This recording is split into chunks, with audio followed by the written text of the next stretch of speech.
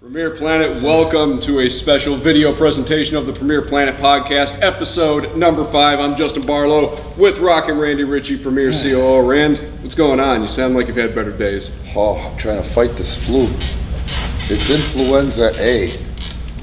And, Jesus Christ. Hit me hard. Okay, so our podcast 5, huh? Yeah, podcast number 5. We're going to figure this podcast thing out because there's a lot of guys in wrestling, wrestlers, wrestling personalities. Some are I like, some I enjoy. I enjoy most of the people that are doing them. Some of my politics might vary, you know what I mean? Like Cornette, I mean, he's a wild card. Always has been, but that's Jim's charm. That's Jim's gimmick. That's Jim. But I worked with him at TNA, and I really thoroughly enjoyed it. You know, you guys got a code that he lives by, and that's him. He's pretty damn loyal to it. Yeah. You know? Yeah, and you can hear that code of loyalty come out on his podcast, which is incredibly popular. Yeah, it's incredible. For as opinionated as he is. I mean, he has a huge following. And the people that hate him too. It's just like Howard Stern used to be in the '90s. And what about the people that hate Jim Cornette? You know what I mean? They probably listen. I want to hear what he has to say next. Exactly. The thing you got to talk about Cornette too, and I mean this in a very in the most appropriate way possible, is he's married to a hell of a woman. So if Jim Cornette was such an asshole, he wouldn't be with Stacy this long. No. You know? So that's something I want to say too. Then you got other guys that are getting a rub with World Wrestling Entertainment, which is a great thing. I'm jealous of it because we need that too. But what do we have that's different? I'm going to go ahead and say, as a company, Premier Pro Wrestling, what does it have that's different? What varies from anything else today? And that's appear. You know, and I say that in a humble way because I'm not talking about me as the person, even though I'm cool and shit, I'm all right as a human being. I'm talking about where I've been, what I've done, and experiences that I've had. You know, because I've been in a lot of cool places and seen a lot of things. Like, for example, the one that, whatever reason, hit me today, World Class. Right before World Class Championship Wrestling closed down. And the Sportatorium, you know. So I mean that's something that you're not going to hear from too many people because not too many of them are around anymore, you know. Yeah. Unfortunately. Yeah. Yeah, but I agree. I mean, 30 plus years of experience this man has up here, and he may downplay what he has left up there, but you can see it every single week in the Premier studio. I mean. And I think another thing we bring that's different is we don't rely on star power and gimmick appeal. You know, we have some we have our concept matches, which is some I think we're going to dive heavy into here. Yeah. But people are responding to them. Yeah, but I mean, you know, we're not going out there having hardcore matches and ladder matches, and our guys aren't putting their bodies and their careers on the line just to get a couple of cheap high spots in. Yeah, and we're not spending $10,000 to make $5,000. Yeah. You know, I mean, yeah, anybody can draw 1,000 people with a handful of names that are out there. There's no longevity in it because if any names do draw that, it's short-lived. Everybody's going to book it as quick as they can. But at the end of the day, too, I don't know who bankrolls their little fantasies too, because like I say, you can't spend $10,000 to make $5,000 for too long, and just add the zeros, subtract the zeros, is exactly what happened at TNA Wrestling, in which I was production manager at its highest point. And when they fired myself and Jeff Jarrett and Dutch Mantell, the decline from there. Mm-hmm. You know, I believe the term is stepping over dollars to pick up dimes. I was saying that out loud at the time, and everybody was angry at me. And you know, I used to call the TNA fans, sympathizers. I try not to get angry with them, but I tried to appreciate that they so wanted an alternative to World Wrestling Entertainment, but at the same time knowing what I know factually how those people operated, what the outcome was going to be. You know, so I call them TNA sympathizers, and a lot of people that worked at the company then, you know, told me, geez, you're Nostradamus. Everything you said was going to come true, came true. It happened, you know. Yeah, and that speaks to the validity of what he has left up there that he often downplays. And going back to, you know, bringing in those big names, there was a company operated just kind of south of here a couple of years ago. Way south of here, yeah. Way south of here, yeah. Like somewhere around mid Illinois. Will County. Will County. It's still Metro Chicago, yeah. Yeah, but they were spending thousands and thousands to bring in these big, you know, Hall of Famer level names.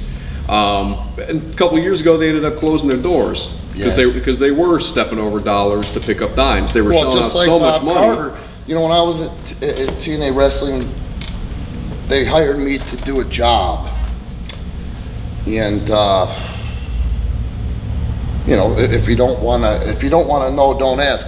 And I used to tell them, I don't care how much money Bob Carter has personally. The reason Bob Carter has so much personal worth is he will take the write-off on this loser for as long as he can legally, and then it's over. He's going to pull the plug. Said that would never happen. That would never happen. You know, you can see it coming. And it's the same thing there. So, you know,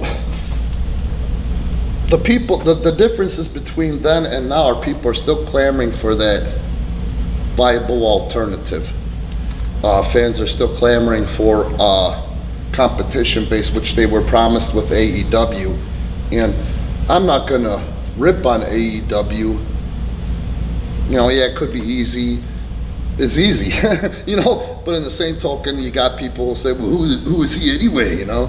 And it's not about that to me. It's about the fact that they promised people something that was competition based, and they haven't delivered that.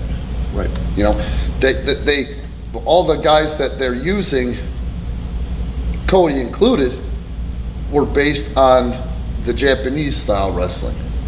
You know, where's the relationship with New Japan right now? I couldn't tell you. Nobody can. So at the end of the day, that's what we're trying to provide. We're trying to hit them where they ain't and provide that competition-based wrestling, taking a story, the story. At the end of the day, entertainment is about storytelling. If it's your favorite sitcom, if it's your favorite professional football team, if it's your favorite soccer team, if it's your favorite wrestling company, if it's your favorite wrestling individual, it's all about storytelling, and that's what we're good at as individuals, as a whole, and then taking people who tell the same story in a totally different entertaining way, and then putting them together and meeting in the middle. So we take the story and we add to that story, adding pop culture to it. Yep. And storytelling it's sad. Storytelling is really kind of becoming a lost art in pro wrestling because everybody just seems to want to go out there and, you know, get as many quick cheap pops as they can, and like that kid who dove off the balcony at that mall somewhere and the video went viral. It's like, okay, yeah, I mean, yeah, you know, respect to him for having the balls to do it, but, you know, what was the point? Yeah. Did it play into, how did it work into the story? I mean, you know, was it integral to the match? I don't think it was. Yeah. Well, it's like, well, you know what's weird to me is how memes and Vines, how like the kid is like Vine-worthy, that was it. But how many Vines are there, yeet, you know, that are forgotten about now? And that guy was his yeet moment. But, you know, whatever, God bless you. You need that stuff, again, in pop culture. But where's the longevity there? You know? Yeah. There's nothing. Yeah. You know? I think one of the keys to that is going back to the basics of professional wrestling, which you emphasize, which our guys, for the most part, are able to execute brilliantly when they're in that ring every week. Mm-hmm. Really going back to focusing on not just telling the story, but on doing it through actual wrestling. I mean, mat technique, ring work, footwork, making every single step you take count. Exactly. Every single step you take count, and enhancing your style. I'm real good, and I've been real good at forecasting the industry for about the last 10 years. And the funniest things in the world to me, the three guys that I told the people that I train, and that's what Premier is about. It's about everybody that we've trained, that we are training. Almas, Humberto, Angel Garza. What are your most over fucking talents today on Raw? Right now, well, wait, out of those three, or Period. just period? I would say those guys. I mean, they get some great pops. I mean, obviously you have your stalwarts. You got guys like Orton. Orton and Edge is hot right now with That's WrestleMania cheating. coming up. That's cheating. That's cheating. I'm talking about new talent. New talent. Gotcha. People gotcha. that they Missed hardly know, that the company hasn't had to put that much money into branding. Yeah. Okay. Missed that part. You Yeah, know? definitely. I mean, What's those term? guys. Organic. Yeah. Organic. Yeah. With the exception of Almas, I mean, Carrillo and Garza, those guys came out of 205 Live, and lately it seems like 205 Live's almost been like a death sentence. You go to 205 Live, you're never coming back. Yep. But those guys started in 205 Live, and it went in reverse. Now they're on Raw. Now they have a huge program going with Rey Mysterio and Almas, who's already an established star and is probably going to be a Hall of Famer one of these days if he can keep his head on straight. And those right there, the prime examples I'm talking about. They spend all that big money on big guys and creative writers and all that stuff. But at the end of the day, your best storytellers currently are the ones that are most over, and both are under 200 frickin' pounds, and that's what it's about. Yeah. I'm not condoning or saying the size has anything to do with it. I'm saying that in today's industry, by its own standards, who would think that those guys were probably the most compelling things to watch on Monday nights? Yeah. Guys that can get with the program and the storytelling. It's the same story as Humberto's version. It's the same story. It's Angel Garza's version. You see what I'm saying? So we don't have to have this thing go forever. We just have to get consistent. And we're using Patreon. I've heard of Patreon, but I never really got down and dirty and understood the brass tacks of Patreon. And there's so many roadmaps out there that tell you how to use Patreon. But at the end of the day, what I love about all these roadmaps, the people that are going to rise above everybody else in their art form or their creative avenue are going to be the ones that are sincere. Because even Patreon and your people that draw you maps and are really doing well with Patreon say at the end of the day, the viewer sees through bullshit, and it's about sincerity and appreciation, So I may get cocky about certain things, but it's not like a personal cockiness, like I'm a better human being than anybody else. I've just been more places and I had my ears open. So when it comes to anybody that's subscribing and helping support us through Patreon, I appreciate it.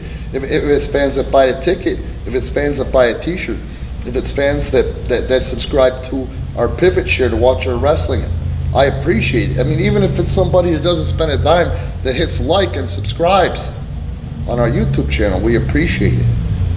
But at the end of the day, we're going to show you that appreciation in a sincere manner by keeping it moving forward. This weekend, what is our focus? Our main event is the tag team match, right? Yeah, main event is tag titles. Jose and the new world champion, Anakin, are going to put those belts up against Chase Gosling, the Armageddon champion, and Sensei, because the two of those guys earn the right to face Anakin and Jose for the belts in that single elimination random drawing tag team tournament that we had at PPW293. And what's the undercard? Because at the end of the day, what I'm getting at is the undercard. What it's leading to is one of our original concept matches, which is part of that storytelling, combined with pop culture. Yeah, what we've got coming up is a gauntlet, and this gauntlet is going to determine the placement, the order of entries into what will actually be Chase Gosling's first title defense as the Armageddon champion, the very first time the Armageddon title will be defended. And for those of you who don't know what the Armageddon Championship is, that is our Armageddon Gauntlet exclusive title. Whoever wins the Armageddon Gauntlet, which is a match that we've only brought out every once in a while in the past, now it's going to become a more regular thing because we are proud of this concept. Yeah. It's going to become a more regular and thing. It's a good time. Like I say, it's a good time to bring it up or to bring it out and exploit it because you guys aren't being given that competition-based pro wrestling. No. You know? And Chase Gosling, I mean, he's already bragged that he's got the champion's favor. He gets to enter the Armageddon Gauntlet last, but he's not going to know who he's going to be facing until it's time. Tell them the concept. So the concept of the Armageddon Gauntlet. You put it more eloquent than I do. Even though I come up with it, I can't describe it as well as you do. I've just been. You have any idea how many times I've repeated this description? It's like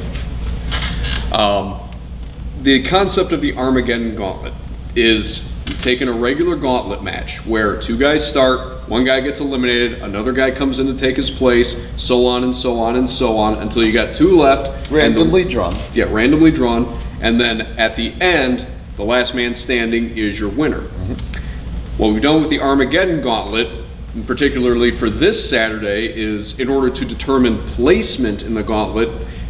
In the past, we've had battle royals. We've done it by random drawing. This time, we're actually going to pull the gauntlet aspect outside and have a gauntlet for placement. Exactly, because at the end of the day, the less time that you have in there going against 12 guys, the better off you are at the end to face a nice, fresh Chase Gosling.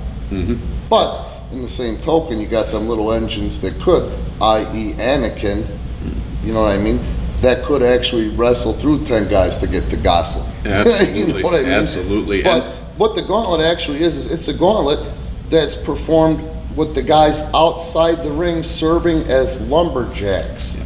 They're not in the back, and the fans don't know who's being called next, nor does the guy inside the ring.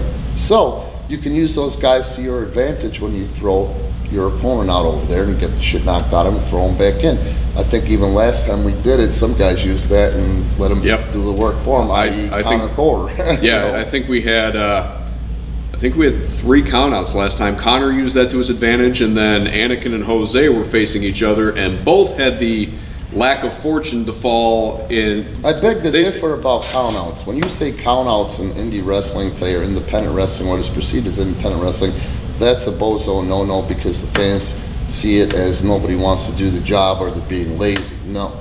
What I'm talking about is that I think Connor Core threw someone out, let them get their ass whooped, and when they got their ass whooped, they got thrown back in. Connor Core came and stole the 3 count. Oh, you're right. That's what happened. Yeah. My mistake. No problem. I was thinking. It goes back to that storytelling. Yeah. You know what I mean? Yeah. I was thinking what happened to Anakin and Jose were both fell out of the ring in the wrong parts of town. Both got the absolute hell beat out of them, and neither could get back into the ring. Which was cool because then it restarts the whole thing. Exactly. You know, and then we came down to our last 2, and eventually Chase Gosling, he won the Battle Royal earlier, so he was the last guy in. He had to go through 350 pounds of Jay Harris. I don't remember all those deets, but I know. To get there, but Chase Gosling, if it was the last man standing, he became the first ever Armageddon champion, and now he's going to have to put that belt up. He gets the champion's advantage. He gets to go in last when we have the Armageddon Gauntlet. And if you get eliminated, what happens? You go back outside the ring, yeah, and you can still help determine who's going to win or who's not going to win by serving as a lumberjack outside. Yeah, everybody's out there from bell to bell. And it takes up the whole second half of the second half of the taping. I mean, yeah. Well, especially when you have so many X factors in there. I mean, you put somebody like Anakin in there against somebody like Chase Gosling. Or you have 2 completely different styles that are clashing in that ring. Anything can happen. Yep. In that kind of situation. And then also you have to look at, Chase Gosling could end up facing anybody. It's going to boil down to, it's going to be a combination of that placement gauntlet. Who's gonna be able to go into that ring later in the match and be fresher? Exactly. And then who's gonna end up being the man to face Chase? I mean, Chase Gosling, for all of his experience, he hasn't been in there very much with a lot of these new guys. He hasn't been in there a lot with Tim Castle. He hasn't been in there a lot with DeMarcio. I venture to say he hasn't even been in there a lot with Connor Core, who, like him, love him or hate him, is one hell of a crafty competitor. Yep, exactly. And quite entertaining. Oh, God, yeah. So that's what we got on tap for this Saturday night. So I guess the way we're talking now, you might want to bump whatever you have in the can to put this in there because we're kind of chronological. what we're going to try to do is follow suit with everybody else, and what that's going to be is this will pretty much be our podcast. We want to get it up and get it to Patreon first, to the people that support us on Patreon, and then the following week, a week later, it ends up on YouTube. But again, for sponsoring us on Patreon, you'll have that schedule where you'll get the podcast a week early. Yeah. So again, you can wait for the podcast, but you're going to be a week behind if you wait for it to go up on YouTube. And that's your hook. I mean, when you look at your guys like that are non-wrestling, and again, I'm talking about pop culture and storytelling. David Dobrik, unbelievable, this guy, and I don't even know if he has a podcast, but the stuff that he does, my kids love Dobrik, 2 out of 3 of them, and you can't help but watch a little son of a bitch and laugh their ass off. And I love the fact that he's local. The kid's from Libertyville or Grays Lake, which is right by my house. And you got guys like Cody and Noel and the Tiny Meat Gang, those guys are unbelievable for such young guys, and how funny they are, how they capitalize off of YouTube.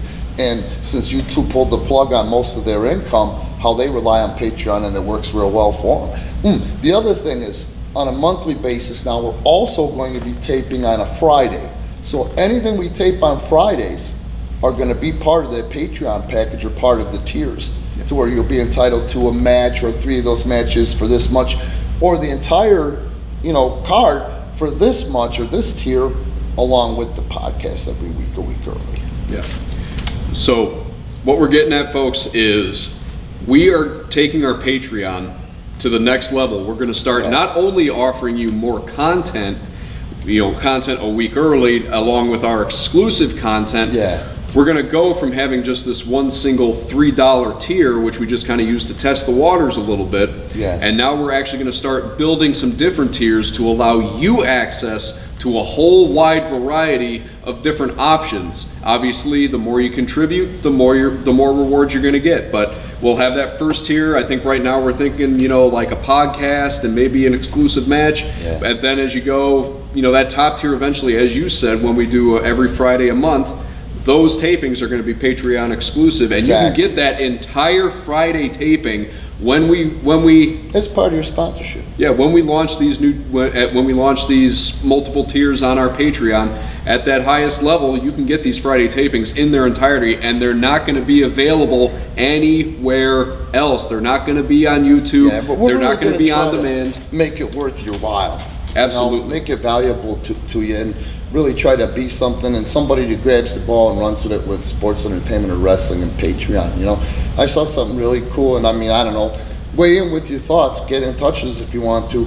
And the reason I don't know if you saw it on the video or not, but at the end of the day, I've seen the Patreon sponsors be described as almost like executive producers. So at the end of the day, at the end of these videos or these podcasts or whatever that art form is, be it music, sports, or gaming, they give their Patreon sponsors credit like they do a producer, because in a sense, that's kind of what your Patreon sponsor is he's an executive producer. Which I thought was a pretty damn cool way for this old bastard to understand and comprehend it. Oh yeah, and every contribution you folks make, that's a show of faith in what we're doing, and we want to live up to your faith in us. And we will, trust me. Oh yeah.